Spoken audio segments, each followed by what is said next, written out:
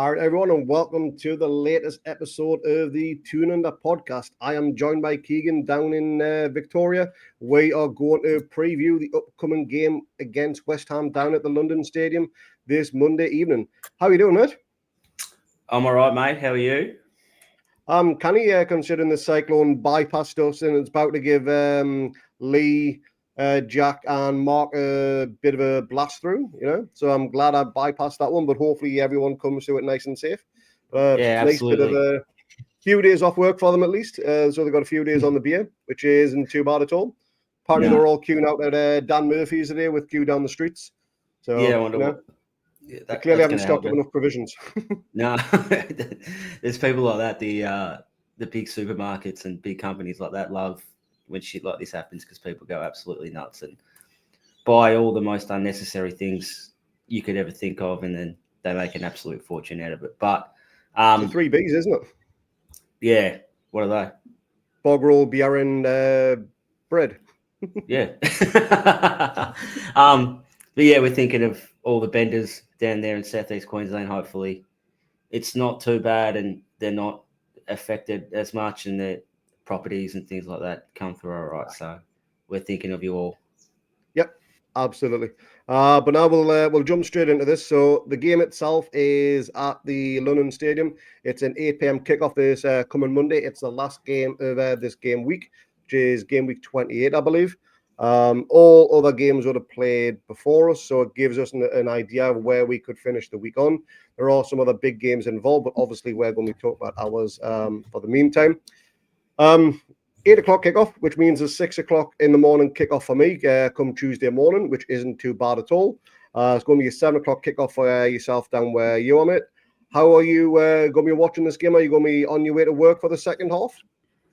Yeah, so definitely watch the first half at home, and then I'll probably have to plug into my CarPlay and listen to our good friend Matty Raisbeck on BBC Newcastle through the club app until I get to work, and then I'll probably just have my phone and AirPods in for the last half an hour. Hopefully, if it's turned to shit, then I'll probably just turn it off and not bother watching the rest of it. But if we're still in and we're still hanging in, I'll definitely be watching that while, of course, working my ass off as I always do. So that's probably how I'm going to consume it. You're a little bit different though, aren't you, mate? You're with the 6 o'clock start. You can probably watch it all before you go to work. Yeah, well, I'm literally a 5 minute drive from work, so I can literally 5 minutes before my shift starts and I'm done. So not too bad at all. I should see the full game live, hopefully, unless something major happens and there's a decent stoppage. But I should be all good. Fingers crossed, and hopefully, fingers crossed, we can get a much needed win and a decent performance on the build up to the cup final. We're going to touch on momentum and everything in a short while towards the end of it. But we're just going to get on with West Ham right now. Obviously, they're the opposition. They've had a bit of a strange season. They've changed managers. They've now got Graham Potter in there. Graham Potter, to me, in terms of management style, he's a bit like water. It's something you've got to have, but it's just so bland and boring. But it somehow gets the job done. In his time since he arrived at West Ham, they've won 3, lost 3, drawn 1 in the league, and been knocked out of the FA Cup by Aston Villa. They've taken 10 points from 21, scored 8, conceded 8, but they have won the last 2, so they are starting to build a bit of momentum. And one of those wins was away at Arsenal. Now, winning away at Arsenal isn't for everybody, but luckily for us, it has been this season, albeit ours was in the Carabao Cup. What's your thoughts on Graham Potter in terms of his managing style and him and Eddie being probably the 2 high-profile English managers in the league? Yeah, I like him. I liked his time at Brighton. I thought he'd done really well with, I guess, the model that they've chosen to go down with their recruiting and the constant kind of selling of players for a lot larger fees than what they brought them for. And then I don't think Chelsea was ever going to work, to be honest. Nah. It just wasn't right for him, and I don't think that's the environment for him. I think he's more of a coach, a bit like Eddie, I guess, in a way that he likes the coaching part of it, and he doesn't like all the sort of drama that big name players.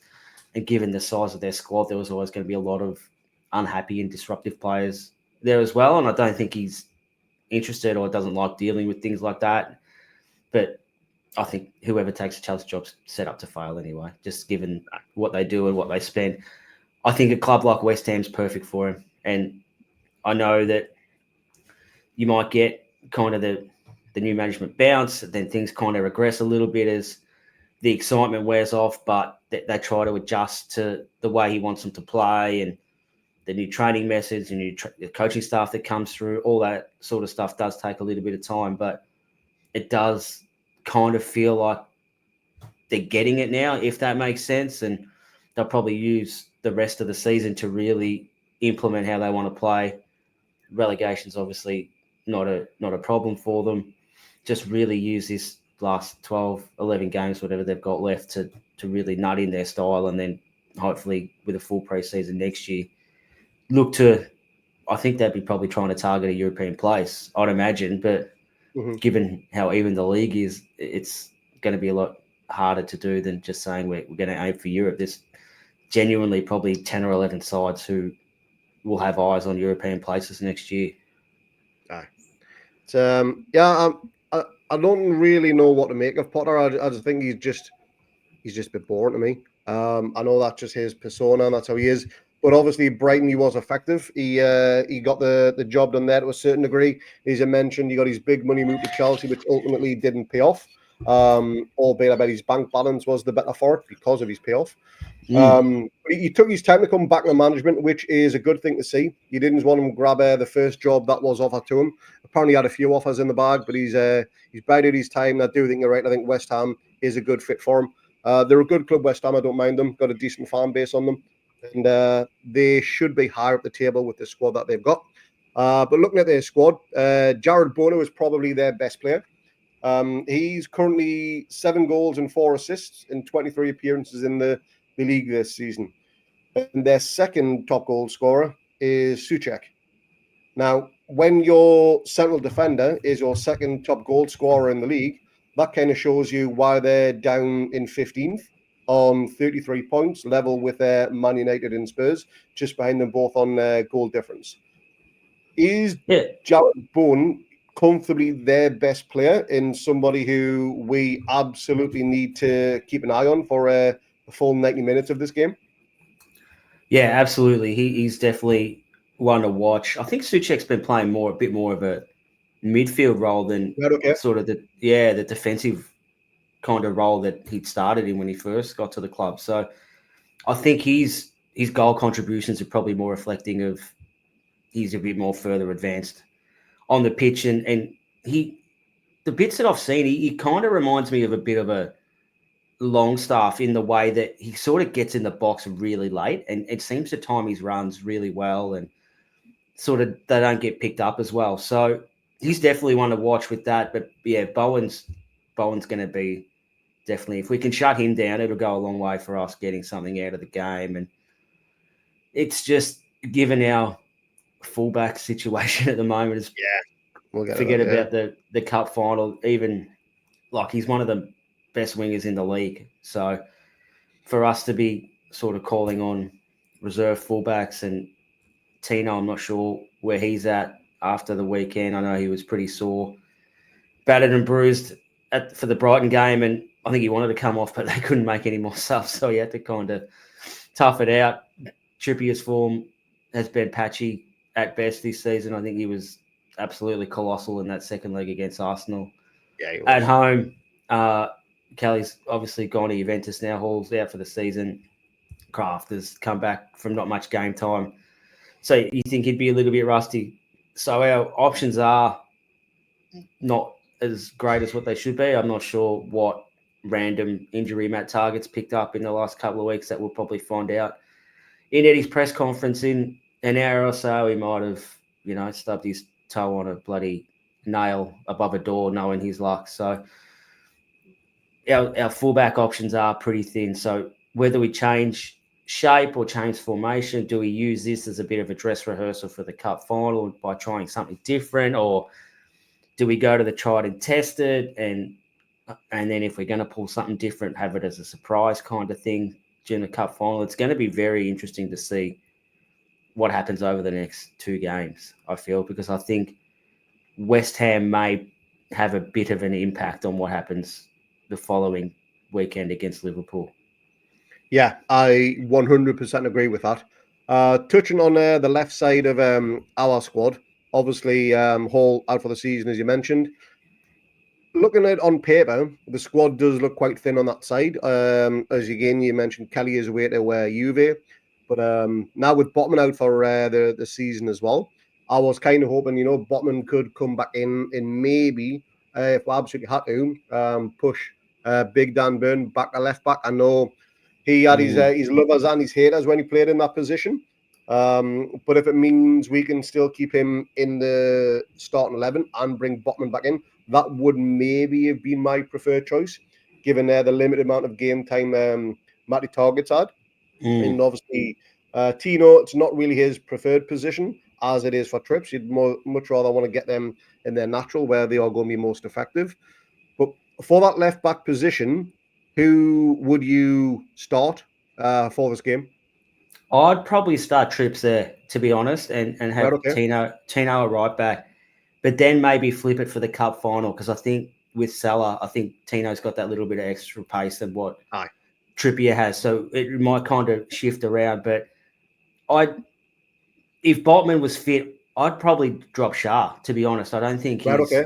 his performances this season have been great, which, he's getting older. It's understandable how he is, but I'd probably think our best 2 centre backs at the moment, if all 3 were fully fit, would be Burn and Botman. But Botman's done something to his knee that we're not quite sure about. But it sounds like he's going to have a minor procedure, which could keep him out for the rest of the season as well. So that doesn't bode well for him. Still not sure where Jamal Lascelles is at with his ACL. It's kind of strange that Botman had the same sort of injury. I know his was only partially torn, but still, in this day and age, most professional athletes in ball sports, I think of soccer and AFL as well, probably around the 10-month mark, 10 to 11 months before they're sort of back into full scale, sort of if it's training or match play, whatever it is, but they're generally available to play at that 10 or 11 month mark. But we've heard nothing from Jamal. It's been well over 12 months, I think, since he's done it. So ironically, it was in a game against West Ham. He done his ACL in that famous 4-3 victory. yeah, so it's strange. What I'd be tipping that he's had some kind of setback along the way, which Sounds is like normal. And a lot of the time, the setback isn't actually to do with the knees. Most of the time, it's a hamstring, because the regular sort of procedure is they take a bit of your hamstring and use that as the new ACL, which, that's why people tend to have hamstring problems after the ACL because of what's happened with that. So we'll never know, or hopefully we do know, but at this stage we don't know what's taken so long. And as far as I know, to use Eddie's words, I don't even think he's on the grass yet doing stuff. I remember when Callum Wilson was back, he was on the grass, and Botman, he said, was on the grass, and he sort of reintegrating him back into training and things like that. But I haven't heard anything about Lascelles and where he's at. So that's kind of going to stretch our centre back. And I never thought I'd hear these words, but thank God for Emil Kraft, really, that he's got that versatility to play in a sort of fullback role, but can play in the middle of defence as well if needed. But he's going to probably be a real integral part of what we do for the rest of the season, even if he doesn't play the minutes as what an integral player should play. But his versatility and things like that are going to be so helpful for us, I think. Yeah. So we've obviously got our injury woes, but we've also got another bit of I'm not even going to say a gap on the left-hand side of attack, because we've got a ready-made player in Harvey Barnes who could easily step up to the plate and put out an absolute banging few games and potentially give Eddie a headache selection for when Gordon is back from his 3-game ban. If Barnes has a cracking few games, scores the odd few, assists the odd few, and helps us win, would you instantly reinstate Gordon back into the squad, or would you say, you know what, Harvey, you've earned your opportunity. You're back in there. You've done well for the team. You're staying there. Gordon, it's now up to you to win that position back again. I think so. Yeah, absolutely. Like Anthony's put himself in the position that he's in by not playing and missing finals and things like that. He's got no one to blame for himself. And I know some people were sort of critical of the decision and there wasn't much in it, mate. Like, it was just the dumbest thing to do. Like, It was. The ball was dead. Like, it wasn't even in play. Like, that just added to the stupidity of it. And forget about next weekend. Like, just at any time of the year, it is just a stupid thing to do. And you just keep adding the layers of what's at stake and where we're at and all that. And it just gets dumber and dumber and dumber the more you think about it. So if Harvey Barnes comes in and contributes to us winning, whether that's through goals and assists or performance, whatever it may be, I think that shirt's his. And I think that's the way Eddie would go, because that's the way he seems to be, that if you come in and over, a period of time and perform well, it's up to the person to get you out. Are you surprised the club didn't appeal the red card? Because they had literally nothing to lose. Nah, it was a waste of time. They were never going to. Nah, it was never going to do it. There'd probably be a fee involved, I'd imagine, that you'd have to pay to appeal it and things like that. Yeah, it'd just be like, what? Like, we're just wasting everyone's time here. Yeah, no, I think you're probably right on that one. I mean, it was daft at the best of times, but it did on the build-up to a cup final was just even more moronic. But yeah, hopefully Bonds, he can prove a few people wrong, because he's had his doubters. The last time he started a game was that horrific loss to Brentford back in early December. So he's got an opportunity to come in there, pull up his socks, put in a couple of performances, win with the odd game or two, hopefully win us that frigging cup final, and stake his place in the squad for the remainder of the season. So what would happen if, given his lack of game time recently through injury and things like that, it's probably a little bit maybe unrealistic to expect him to play 90 minutes and back up 6 days later, or whatever the cup final is? Who would come on for him? Willock. Do you think they'd go with Asula? Not on the left-hand side, no. What they could do is, because Murphy has played on the left every now and again, albeit it's not his preferred option, they could maybe throw Murphy out onto the left and put Asula on the right. I'm thinking the damage control too. Like, not as in, like, William Asula is better than Willock or whoever else. It's more of a, like, how do they go? I'm like absolutely fascinated to see how they go about it. Like, does a Miley start, for example? I think, like, does Wilson start and they might bring the big dog on for 20 minutes at the end or something like that, because we're a lot better with him in it against Liverpool. I think he's got Virgil van Dijk absolutely shit his pants. So he's got him toast. It's going to be fascinating to see how they line up and what changes they make in game, whether it's we're all in this and then whatever happens, we'll deal with it for the next game, or have they got an eye to the Liverpool final? Well, Wilson's record against West Ham is pretty epic. I think he hates playing at that stadium. He hates it. He absolutely hates it. Yeah, it's a shit stadium for football, to be honest. I know it was originally built for the Olympics.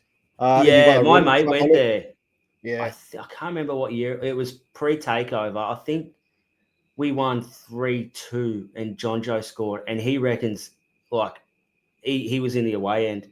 He bought a ticket off one of them secondhand resale sites and stuff like that. He said he was a mile away, like an absolute. It felt like you were watching it on the TV. Like, that's how. And I know it's a bit rich coming from us with where we sit our opposition supporters and things like that, but they weren't high. It's actually, like, I think that the seats are actually on ground level, just miles away from the pitch. It's not the best stadium for football, but apparently West Ham get paid off the government for maintaining the stadium, so I understand why they are staying there. That helps with their PSR issues. But Yeah, West Ham, they've got their injury doubts as well. So Bruno's best mate, Paquetá, is going to be missing this game, or it's highly doubtful. Same with Somerville, Full Craig, and Antonio, who I think Antonio's out for the season, given his nasty carb bump a good few weeks ago, whenever that was. So they're not exactly stuck with their best players right now. And Paqueta always tends to come good when he plays us. And Antonio, he had a decent game in that 4-3. But yeah, if they're missing a few, yes, they've had a little bit of extra prep time because they had no FA Cup week. As a game, they got knocked out in the previous round. So I think they had like 11 days fresh going into it. So it's going to be a tough one. But going back to that left back position for us, I'm thinking of starting Matt Target there.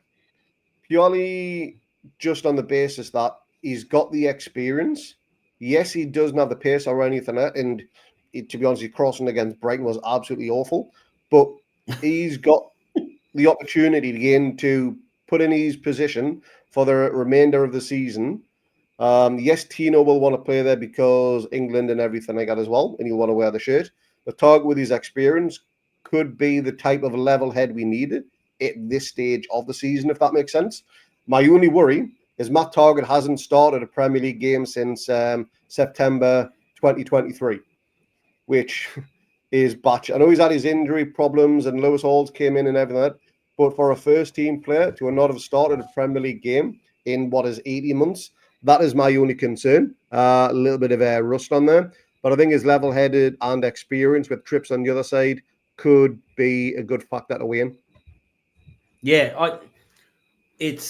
I just don't think he's ready. I think if he was a bit further along with his fitness and things like that, and made a few more substitute appearances and stuff like that, I'd be all for it. But just given his lack of time, same thing. I think it's probably unrealistic for him to come on and play.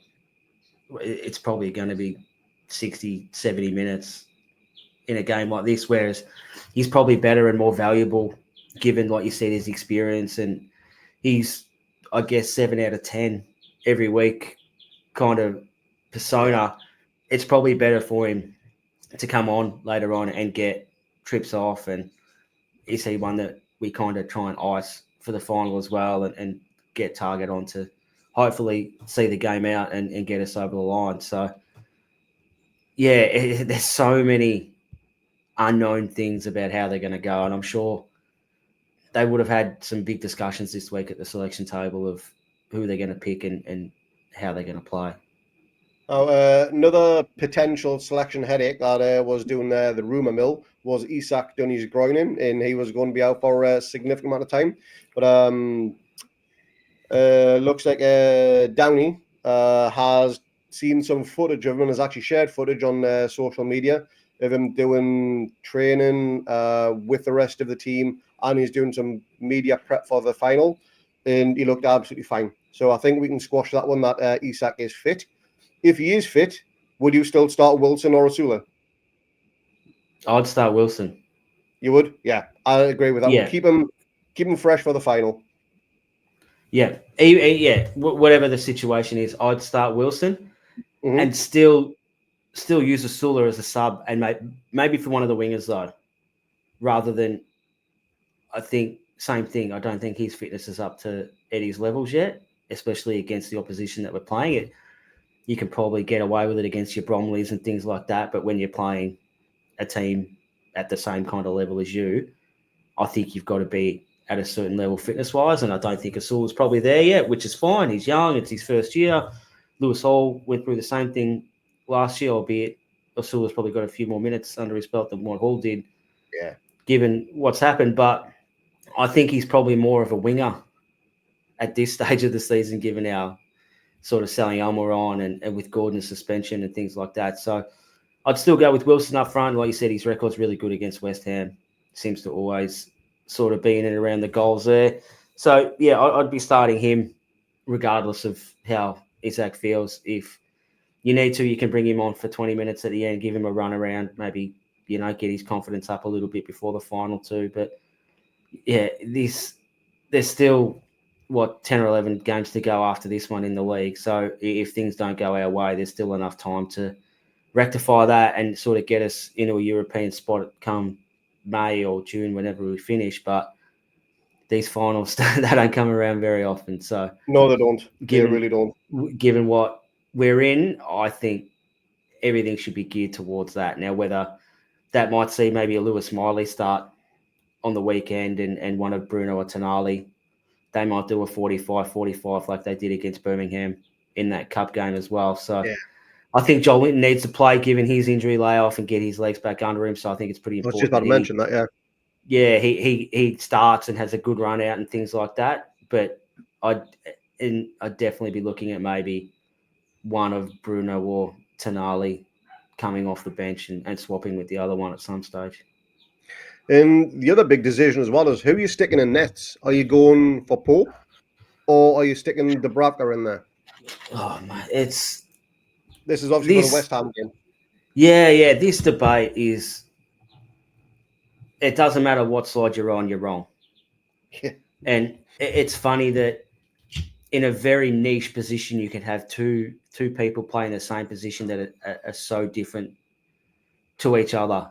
And I think that's what makes the decisions really, really hard, is that what do you value in a particular game? And I think that probably goes a long way to who they're going to pick. If they sit back and invite pressure, maybe Pope's the one because he's a better shot stopper, although since he's come back from his shoulder injury, he probably hasn't been the same. I think he's probably dropped his levels a little bit, whether that's a confidence thing or it is a structural thing that he just can't get down or dive the way he used to. But he's a big unit. Like, he's a real big unit. But if you want to be more ball dominant, control the tempo of the play and things like that, maybe Dubravka's your guy because he can kind of play with his feet a little bit more and pass the ball and pass it to his teammates more often. So it's another thing. I don't think there's a right or wrong answer here, and whoever gets picked is going to get sort of slated either way for mistakes they make, and it doesn't matter which one it is. You're going to have the fans of the opposition keeper saying he's no good, blah blah blah, and if it's Dubravka, then you're going to get the Pope guy saying told you he's no good and Pope's a lot better and things like that. So I'm sick of it, to be honest. It's just you're going around in circles. It's like dancing with your sister. You'd never get anything out of it. There's no point even talking about it.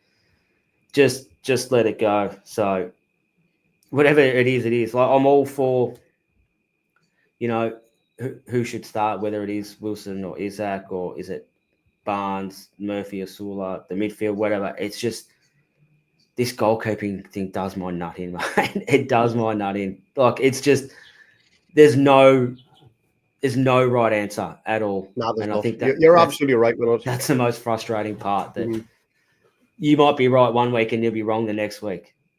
It's just so pointless. Now, we win. We got the potential to go fourth. Obviously, as mentioned earlier on, every other game is played ahead of us, with us being the late Monday night kickoff. Again, win get us up to fourth, which will give us so much momentum, not only going into the remainder of the season, but going into this cup final. Any momentum is going to be better than the form and confidence the players have got to be at right now. You'd imagine they're close to rock bottom, given that performance against Brighton and then Liverpool in the league and so on. They weren't great, that's for sure. And we won a little bit of redemption against the shit show that was the West Ham reverse fixture earlier on the season, where we got tanked 2-0, and we just didn't even show up for that one. So there is a reason why we need to get a win from this one. Obviously, performance in the league, momentum going into the cup final, and revenge over the defeat earlier on this season. So there's a few different ways to go into battle there if you want to give anybody some fire in the belly. But a loss for this doesn't even bear thinking about, does it, going into the rest of the season? I know you said there's a lot of games to go, but the following game is the most important one of the season so far. No, yeah, it's not a loss in the context of ladders and things like that. It's neither here nor there. It's so congested and things like that. You could drop a lot with a loss, but at the same time, you can kind of go up pretty quick with a win. But like you said, mate, I think the most important thing is a decent performance and not to lose. Not you could play really well and a goal could come off someone's ass and bloody hit the opposite side of where Pope or Dubravka's gone and trickle in the 95th minute. And it doesn't mean you've played bad. We could have played really well and had 20 shots and not scored, but at least we're feeling good about ourselves. And, we've put in a good performance and there's something to take in to the next game. But if we do lose, we've had a fair few whacks over the last probably 10 days. I don't know what a loss would do to the confidence and stuff like that. And I think you could have all the psychologists in the world at the club, the best ones, and Eddie trying to pump everyone up and bring everyone's spirits up. But it's a subconscious thing where you're just shit.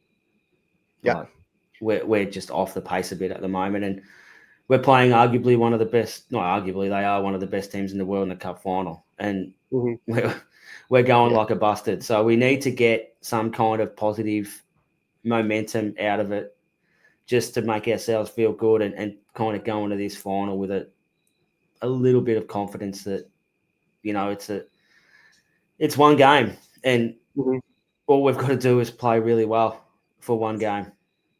And we could be heroes for a lifetime. Absolutely, yeah. They will go down in our memory as probably the greatest team we've seen.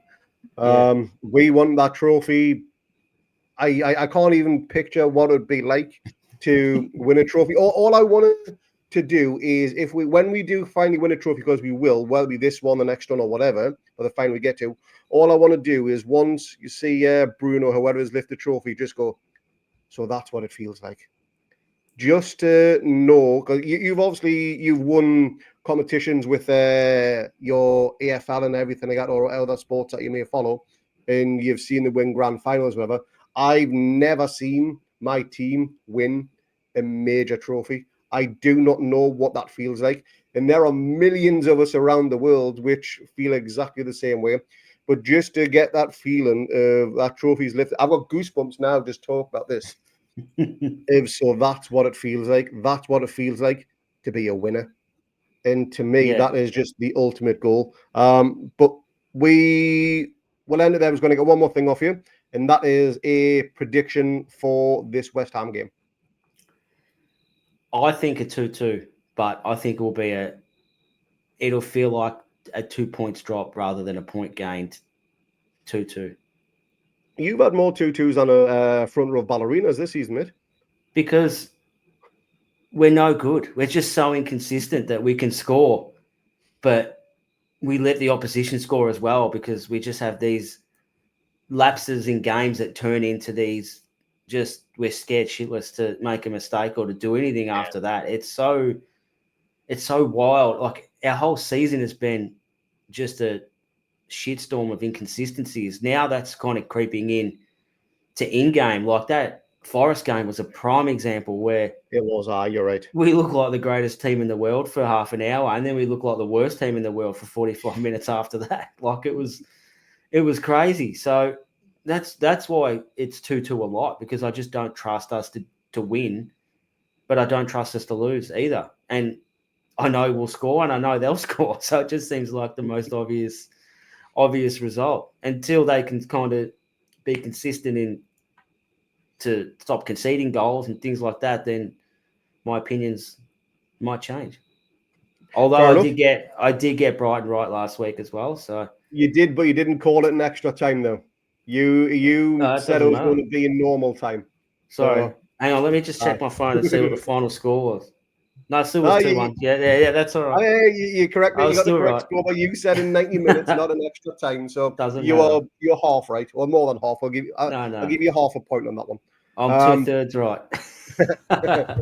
But I'm going to go for a cheeky 1-0 win. I think a clean sheet will do us the world of good in terms of confidence as well, especially away from home. And genuinely don't care who scores. It could be Martin Dubravka in the 95th minute if he wants to. That winner, if it wants to come in that way, shape or form, do it. But yeah, a win, a scrappy win. Could even be totally against the run of play. Do not care. A win is a win. And that's all we need and want going into the final next weekend and so on. But yeah, we will leave it there. Let us know your predictions in the comments down below. Let us know who you think should start in goal, left back, and anything else you would make to the changes in the team regarding Big Dog starting or Wilson up top. Let us know. But we will be back for a review of said game. And I do believe Dimmy is back with a first lot of the previews of the cup final. He has a returning guest, I believe. Is that right, Keegan? That is right, mate. The mad Greek himself has teed up one of our good friends, Adam Peacock. So Dimmy and I will be back Tuesday night, Melbourne time, with Adam. We'll have a quick chat about the West Ham game and go balls deep into this cup final, which I can't wait to get stuck into. And then I think maybe later on in the week we might have an absolute bumper pop with all of us on. Hopefully the Banana Benders' internets are working and they're not quite sort of out of touch with society and things like that. And Alfred's come and gone and they're all safe and their families are safe and their houses are safe and we can all jump on together and have a good old chinwag about it all. But yeah, Tuesday night we'll have Adam back. Absolute legend here in Aussie broadcasting and one of the nicest blokes you'll ever meet and one of the most hardcore Newcastle fans you'll ever meet as well. So it's an absolute joy when we get him on and I can't wait to sort of unpack everything with him again on Tuesday night. Yep, absolutely. So, mate, I'll let you dive off. You look absolutely shagged, just as I do. And we will try and get some shut-eye. But if you don't already, please like this video, subscribe to the channel, and follow us on the socials. You can see all the links down below. But again, Keegan, thanks very much, mate. I will see you on the next one. Thanks, Craig. Guess the